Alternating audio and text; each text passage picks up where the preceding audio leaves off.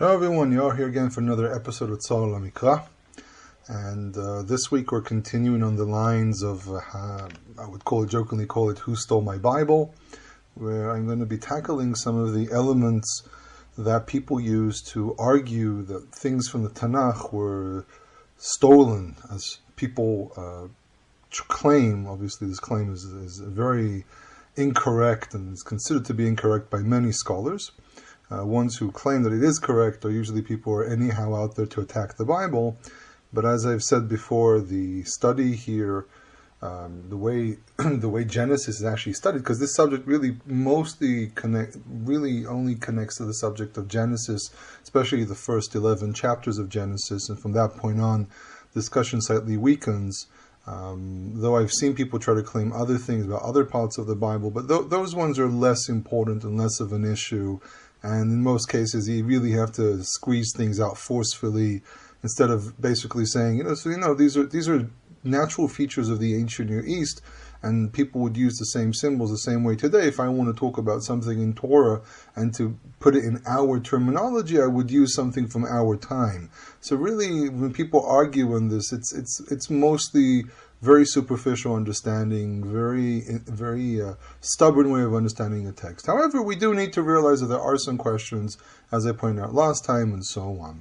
So this requires, again, a sensitivity to types of material, the difference between different things of material, and also remembering that many of these stories are connected to things which were either known in the ancient world, something which was pan-human, all human beings were involved in this in some way or another, and that things were also written with a specific style. Like, for example, there's a certain way of telling a story, a certain motif that's used over and over again, and this motif doesn't say it doesn't happen, because certain motifs, on a literature level, motifs are chosen based on things which do happen in reality. It's a new genre today that people write fantasy stories, but even in fantasy stories we still use elements from our world. You take, for example, Lord of the Rings. Lord of the Rings is considered to be a metaphor for many things, but it also takes ideas from our world. The concept of a Messiah, which fits into the character of whatever his name was, the descendant of Isildur, the Aragon, and so on. And you have was called Strider, if I'm not mistaken, in the before he's exposed to who he really is. And you have elements of an ultimate ancient evil, which resembles the idea of the devil. But when Tolkien wrote his book, it was also a massive commentary on the industrial world he lives in. So for him, Mordor was really the factories which were producing all the smoke and the destruction of the classic world and so on. So there's always something, even in fantasy stories. And I chose Tolkien deliberately because I've been working on. I helped a friend out with writing a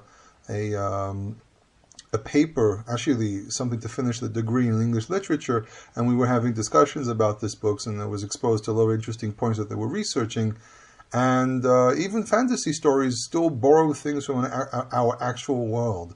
So it's not really exactly the same, but the idea itself, the way the human beings create stories is quite standard. People do very similar things throughout the centuries.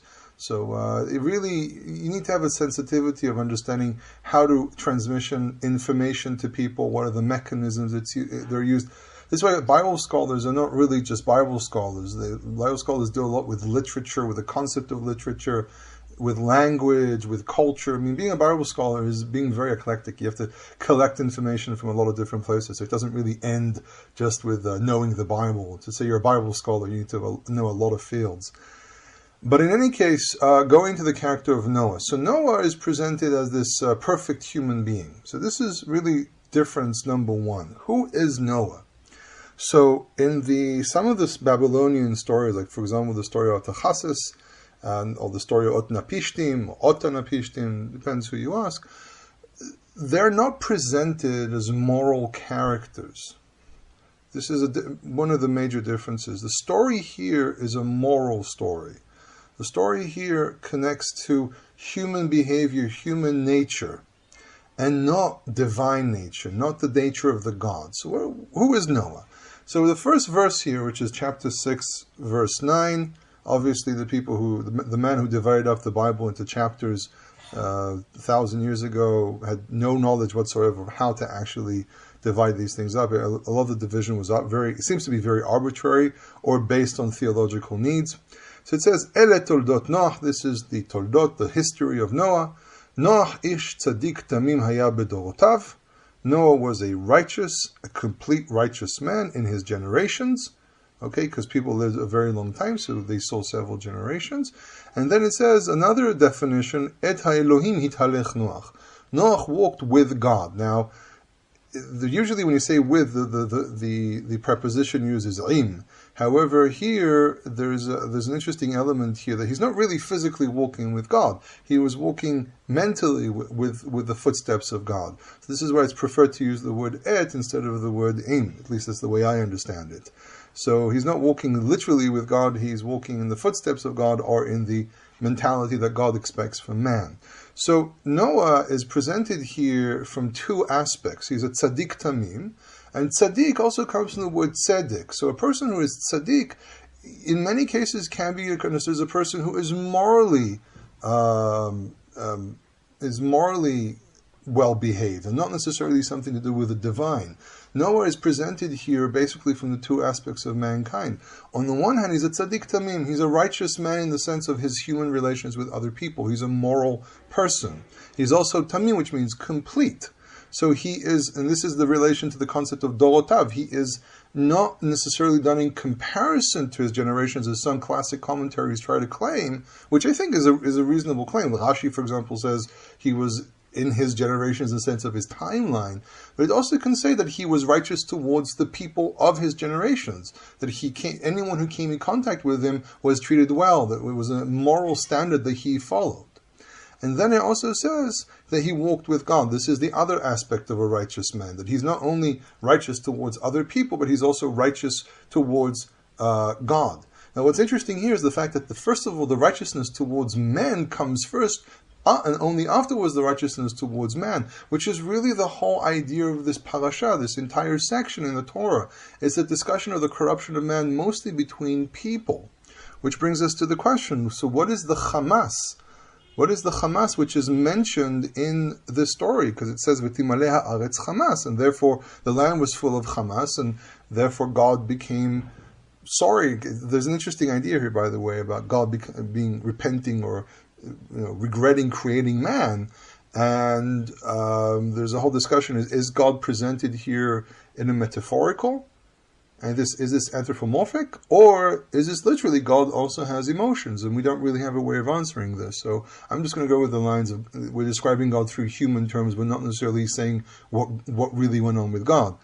But what's interesting here is what is this Hamas?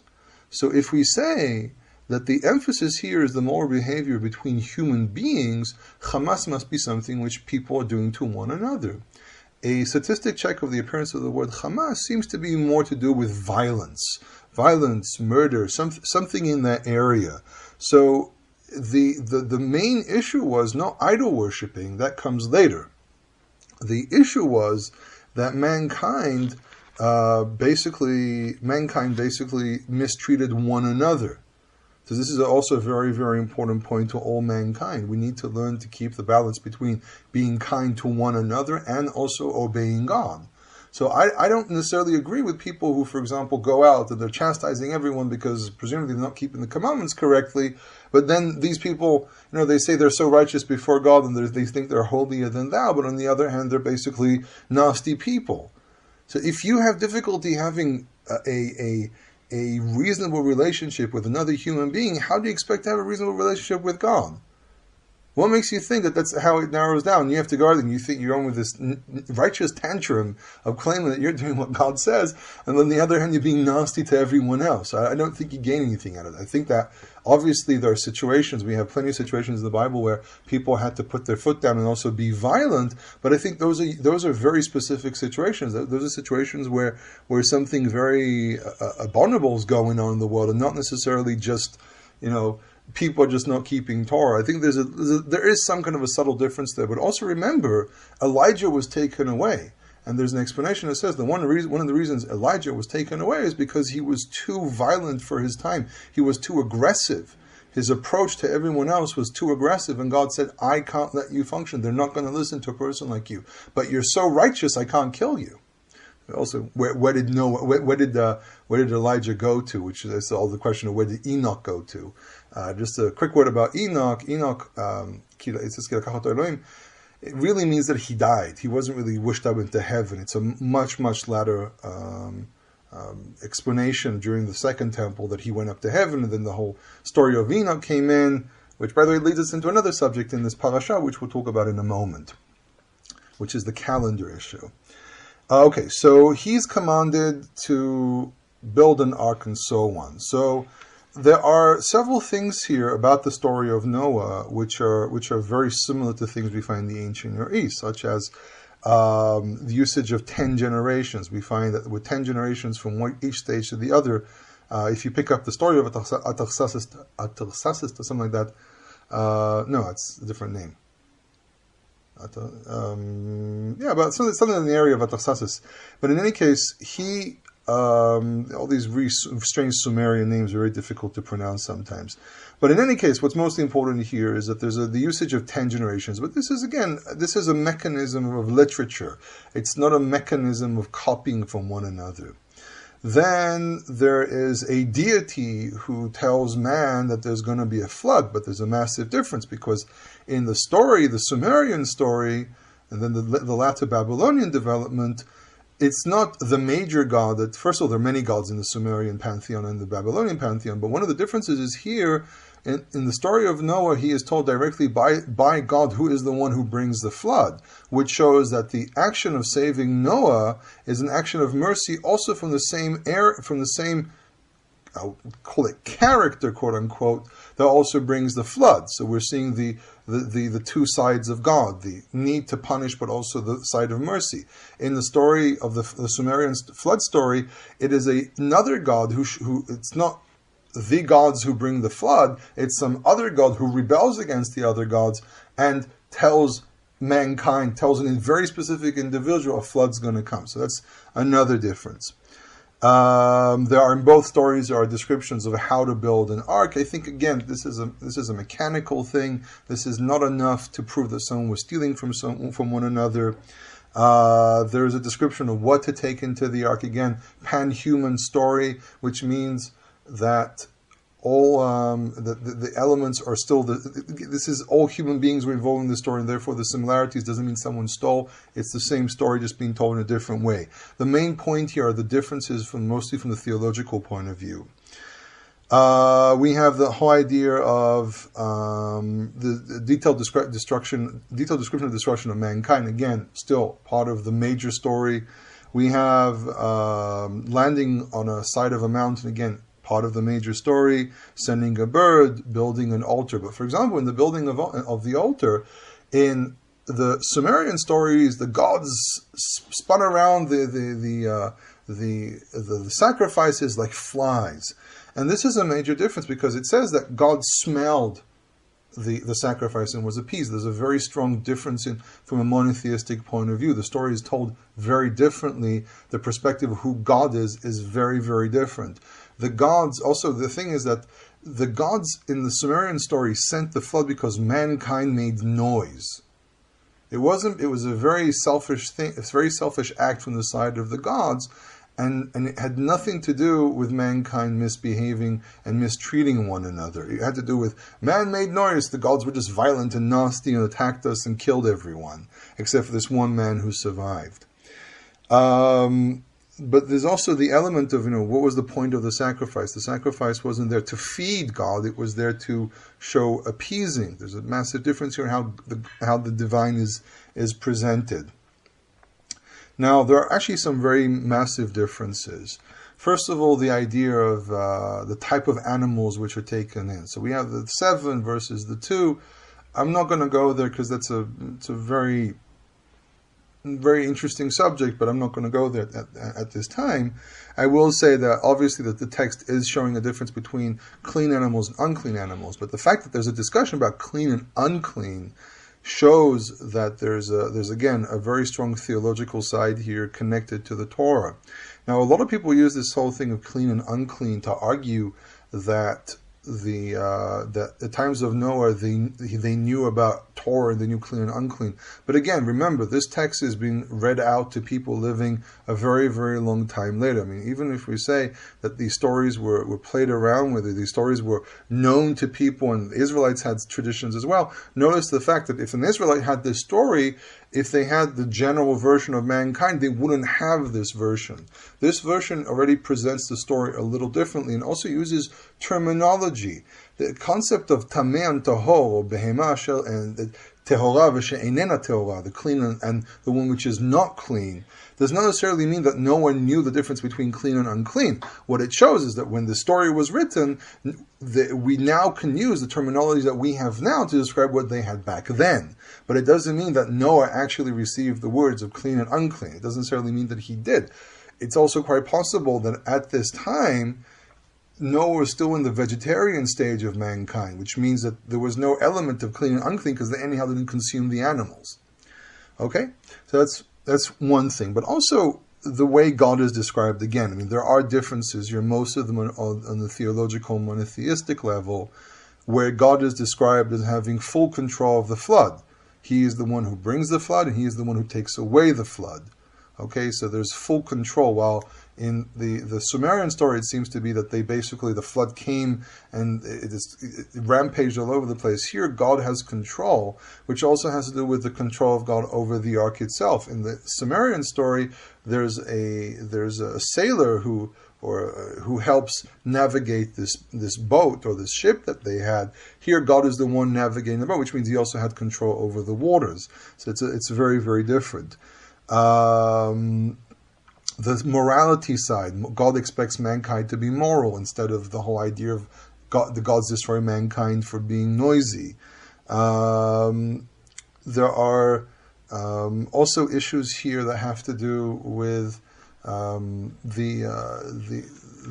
how would I put it, the covenant that's made with Noah. It's not that, we destroyed it, you survived, okay, whatever. There's a control element here. God has absolute control over everything, which stands in opposition to, for example, the stories of Tiamat and Epsu, the chaotic waters, and so on. So Noah also makes a covenant with God, and this covenant is a covenant that's there to protect all of mankind, promising this will never happen again, showing the mercy of God, showing the control of God, showing all these elements that God is the one in control of everything, but God is also a moral God. He will not bring destruction for no reason. So there is a difference. There is a fine point difference here between the Sumerian stories, but still we're still working on stories that existed, that affected all of mankind, and therefore claiming that someone stole something is obviously ridiculous. If I tell a story of World War II, so can he claim that I've stolen a story because I gave a specific perspective? For example, telling the story of the Second World War from the perspective of the Holocaust, or telling the story from the perspective of people who lived in France, or people who live in North Africa. It doesn't matter. We're talking about all mankind being involved in this story.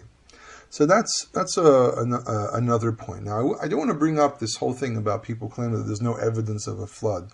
Besides the fact that there is evidence of water covering massive parts of the world, we also have to remember that the story is talking about the masses of land that mankind lived on. So there is a question here: did it cover everything, or did it cover everything of the known world they lived in? It's just a thought, something to chew on. Okay, now we have, dealing with the actual text itself, we have the subject of the calendar. And I've had a lot of people contact me about the dates and so on. And what it seems to be, first of all, we have a structure here of 7. We have 7 days of actual rain, or 7 days waiting, and so on. And then we have 40 days of rain. Okay? But then when we look at the flood itself, we also have actual specific dates. So the specific dates come out as being 30 days for each month. Now, what exactly is the question here? The question isn't really about the 7 days and the 40 days and so on. Because really what we have here is It says the flood will be 40 days and 40 nights. So there's this side of the story. It seems to be that after 40 days and 40 nights, the flood is over. But then we have a description of 150 days, which is 5 months, and during those 5 months, there's still water covering the entire earth. So there are scholars who claim that we have two different variants of the story side by side. So that opens up people claiming that there really is an E source versus a P source, and the priestly source, P stands for priestly. The priestly source says that there was really a flood for 150 days. It wasn't 40 days. It didn't go according to the conventions of 7 and 40 and so on. But even if that is true, you can still look at the story as being one gigantic story where there was a process. There was 7 days of waiting, and then 40 days of the actual rain, and then another 110 days or another 150 days of the actual flood itself, where everything was covered with water. I don't really see a problem here. I think the writers themselves, even if they had two different sources in front of them, understood that there's really no contradiction here, because the concept of contradiction in our world, we look for fine points these days, and we sometimes you look at some discussions between people and they catch one another on these tiny little pointers, but that actually has to do with rhetoric. That has to do with a Greek development from around the 5th and 4th centuries, when the demagogues, the leaders who led according to speech and not actually doing something, which is very similar to our politics today.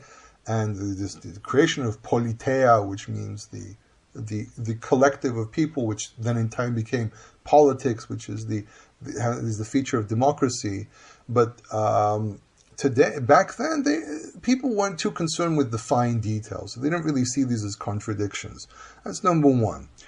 But I ignore the whole P and E and so on, because the idea of the sources doesn't answer all the questions. People are very big on the document hypothesis, and they don't really know that there are 30 years after the document hypothesis came out, Wellhausen's students themselves questioned their teacher's methods and found problems with everything that he said. So they developed other theories and so on. So this is stuff that most people don't get to learn. But the whole idea of the 30 days, so it seems to be that having a period of 5 months where each month is exactly 30 days influenced certain people in the Second Temple and even today to claim that the calendar is really built from 12 months of 30 days each. And during the Second Temple period, we had people who claimed to such a calendar and had these complex calendars. For example, the calendar of Qumran, where each month is literally 30 days, but a year is not really exactly 30 days. Even the Roman calendar, which is completely solar, has to have days which are 31, months which are 31, and months which are 30, and then you have February, it's 28, and then every 4 years it's 29, and so on, to balance things out. So it's very difficult to even accept this claim of having exactly 30 days. So the question is asked, so why do we actually have this description of having 30 days for each month? And I think the answer lies in the idea of the disruption of nature. Because what we have in the promise of God to Noah, actually God speaks to himself, but this is really a promise to Noah, that there will no longer, summer and winter will never be confused. It says kites v'cholif. And because of what happened, everything in nature kind of went out of whack. But to keep time, because they might actually not be able to actually see the moon or see the cycles of any sort, and obviously winter and summer and spring, everything was mixed up together, though it seems to be that most of the rain and everything came down during what was more like spring, summertime. The approach was to take the maximum amount of time for a month. So a month, a lunar cycle, is 29.5 and a whole bunch of other digits after it, which makes a month either being 29 days or 30 days. Okay, this is why sometimes when you go to the moon sighting, sometimes at the end of 29 days you can't see anything, because it depends on how much exposure of the moon's surface how much of the surface of the moon is exposed to the sun, with Earth blocking the sun from the moon, and also how much time do you have from sunset to the setting of the moon. You have to at least 40 minutes, and I've done some very difficult sightings, and they were not easy to sight, but I was able to see them, and so on. But then you have many cases where you go out on 29th day and there's nothing, you can't see anything. The moon is there. I mean, it's physically there, but you actually have to physically see it as well. So because of this problem, you can't just arbitrarily say, oh, it was 29 days. One can argue that they prefer to take 30 days, take the maximum amount of time, and put that in instead of claiming that it was 29 days. Because again, even if we say that the account here is passed down accurately from the times of Noah, okay? Or if we claim that the story was passed down and there might have been some mistakes along the line, we still have an issue here of dating how long things were. So the most simple and, by the way, easiest thing to track are the whole round numbers. So a month anyhow can be 30 days as well, and it happens quite frequently. And also because you can't go out and sight the moon and see how much time passes, the simplest thing to do is to keep track of round numbers, and 150 days is easier than to start counting. Say if there were 29 days, but there might have been 30 days here and 29 over there and so on, you might have somewhere between 145 to 150 days. The Bible prefers in many situations to use clean round numbers. 480 years from the Exodus when King Solomon built the temple. 400 years of servitude in Egypt, and so on. Round numbers are easier to deal with, especially when you're trying to give approximated dates. It's easier to say, oh, it was about 20 or 30, instead of saying, oh, yeah, it was exactly 34 point whatever. It's round numbers and complete numbers have much easier to deal with, because really one may argue that it's not really that relevant exactly how long it was. However, I have met people who argue that there's a special meaning to each number that's used, and there was a big debate in medieval times between different rabbis regarding is there a secret meaning or some special meaning to the numbers being used and so on. Some claimed there was, some claimed there wasn't. Maimonides, for example, stood on the side of, no, this is just recording the exact numbers of what was going on, and it doesn't really have any secretive meaning. And I'm more for that, to saying that there's no secretive meaning instead of trying to speculate and invent things. Okay, the last subject we have here this week is what happened with Canaan and why was Canaan cursed, or what happened with Ham, and why was Canaan specifically cursed. Okay, so first of all, a very common interpretation that's been promoted throughout because of recordings made by certain individuals is that Ham raped his father. Now, first of all, that's very, very speculative. However, it does appear in some very, very old sources. But we need to understand some of the logic of how children-parent relationships worked. Stripping someone of their clothing is a massive insult. It used to be that when you took prisoners and you wanted to humiliate them to the maximum, you strip them completely from their clothing, you tie them together, and you make them march so everyone can see them naked. Okay? So for a child to see his parent naked was something which is considered to be an abomination, something which is considered to be a very high insult towards the parent. And even in Judaism to this very day, a child is not allowed, a son and a father are not allowed to go into a washroom together if it's going to be that the father and the child are going to see each other naked, especially if the child sees the parent naked.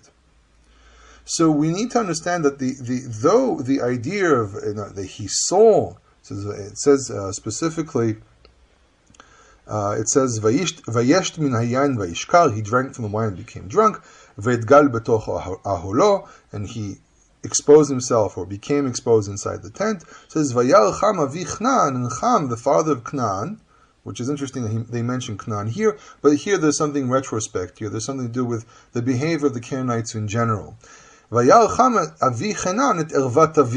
He saw the nakedness of his father. So people immediately jump forward into Leviticus and say, oh yeah, it's the same thing of seeing each other's nakedness and therefore it's a sexual act.